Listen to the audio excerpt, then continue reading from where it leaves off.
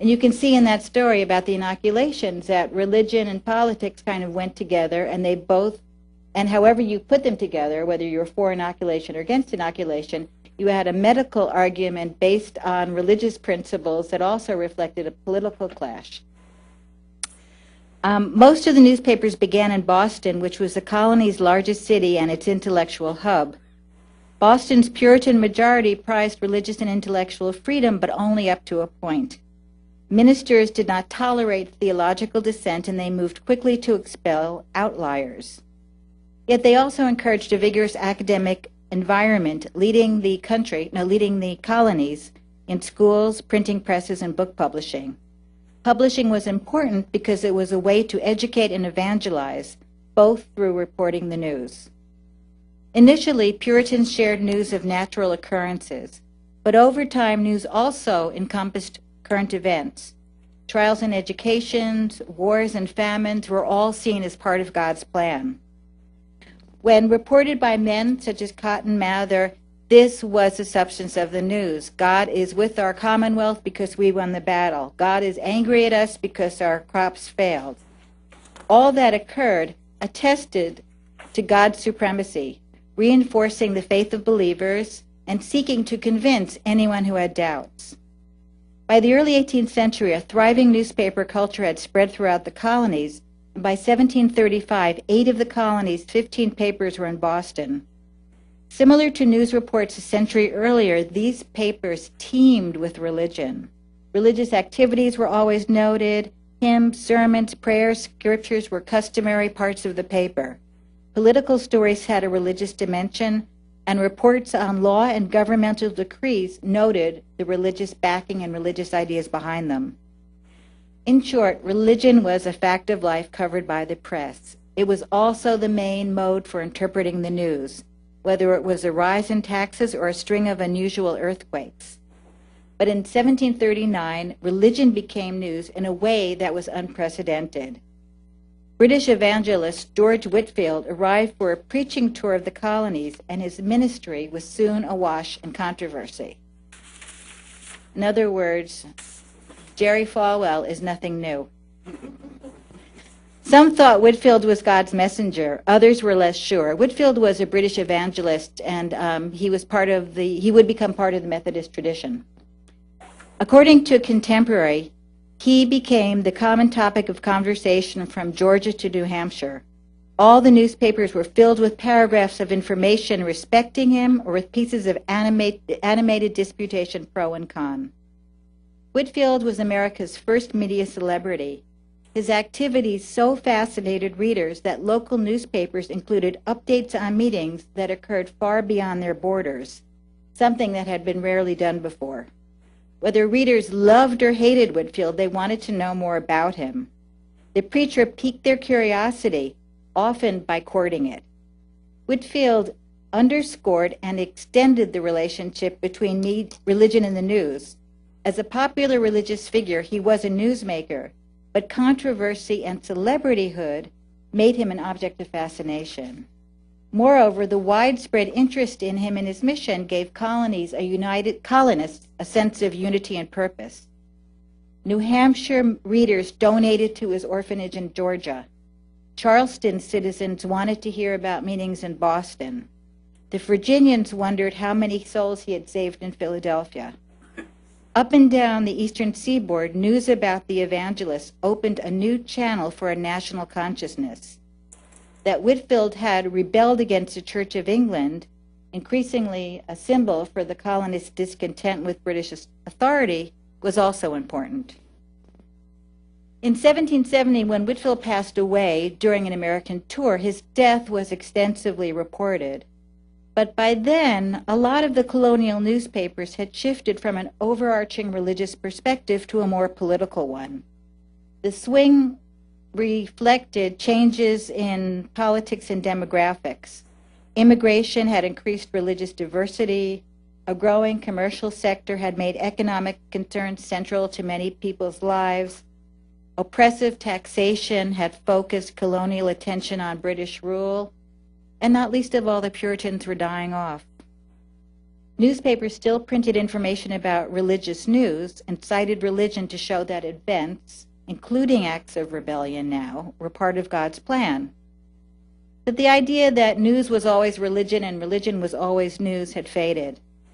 Increasingly, religion would have to prove it was newsworthy, and news would seek to fill the authoritative space that religion once held in a more homogeneous, less dynamic society. Historians debate the role that religion played in developments leading up to the Revolutionary War and in the years immediately after. The consensus view is that hostility towards the British monarchy and the Church of England went hand in hand.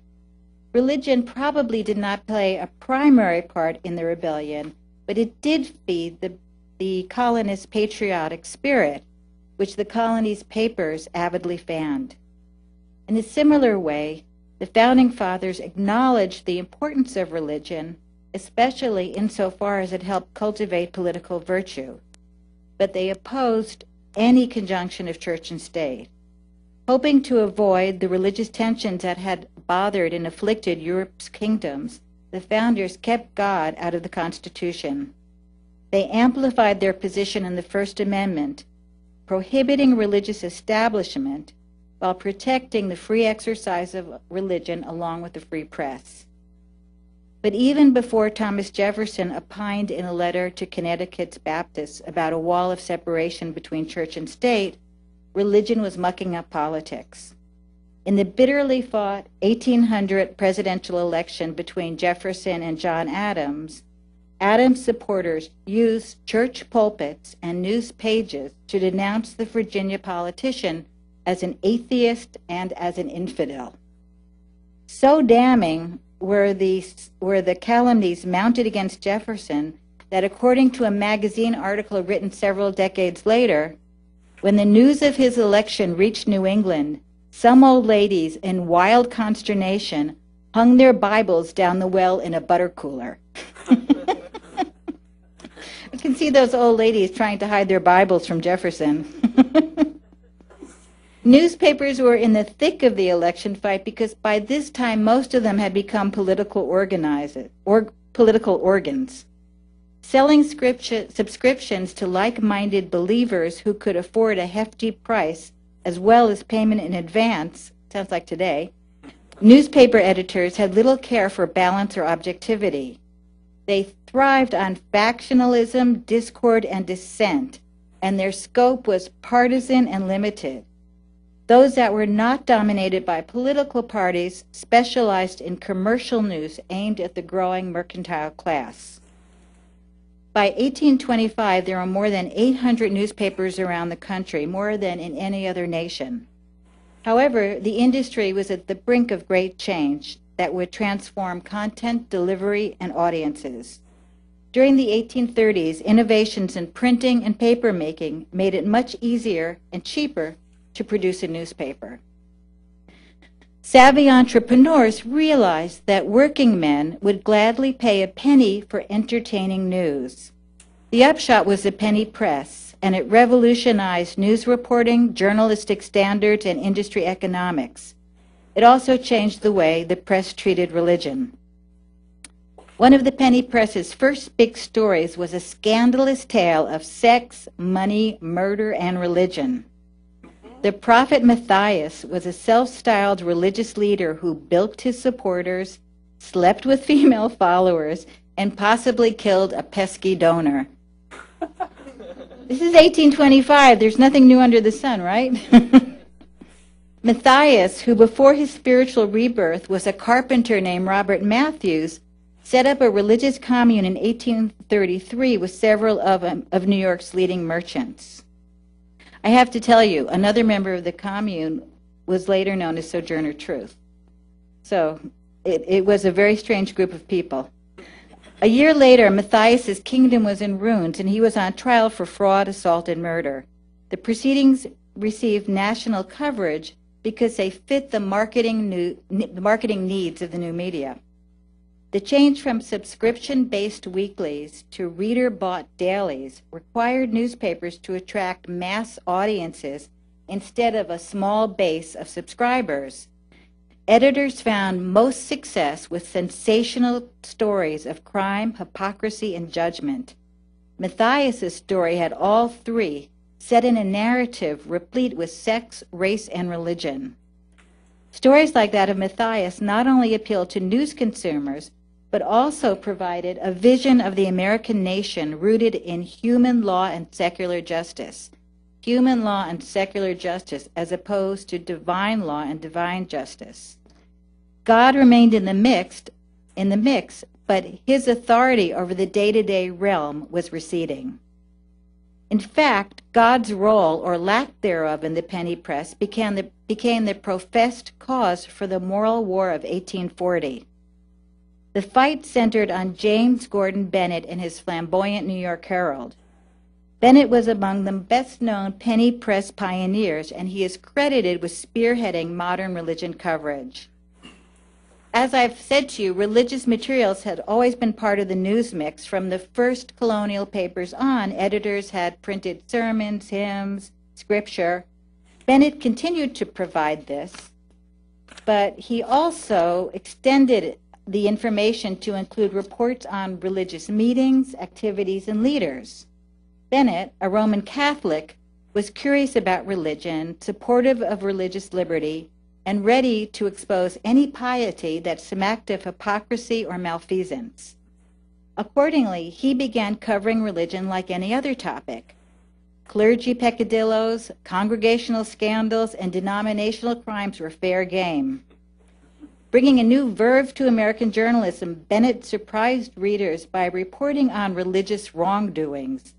But he shocked them by including stories such as a page-one feature about the brutal murder of a prostitute, which other newspapers had deemed too sensational to cover.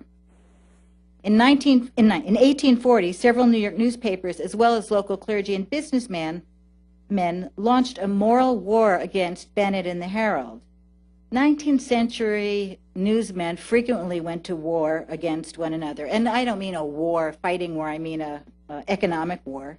But the fight against Bennett was waged on moral grounds rather than economic grounds. The attack escalated into an economic boycott aimed at driving the Herald out of business. Bennett's opponents accused him of sensationalizing his paper with sex, crime, and scandal. He was also condemned for satirizing religion and criticizing church leaders. I bet you wished we lived then, right? Some historians say clergy were less concerned with sensationalism than with Bennett's policy of covering meetings that they preferred to keep in private. They disliked his stories about the growing entanglement between among religion, business, and politics.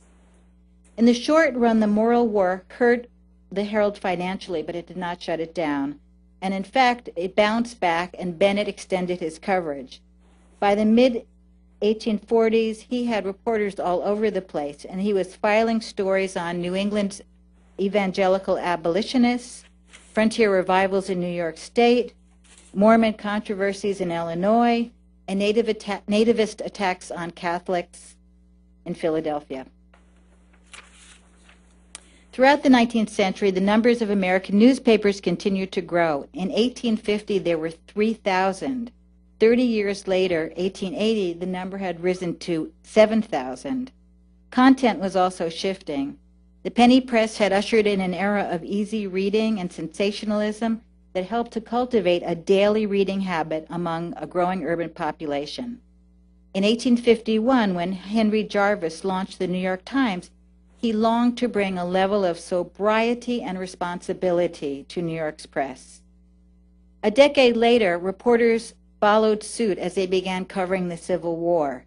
Many of them hoped to evoke the misery of that terrible fight, and religion of necessity was woven into their battlefield stories. But after the war, the constancy of religious news diminished, and it was back to slinging mud.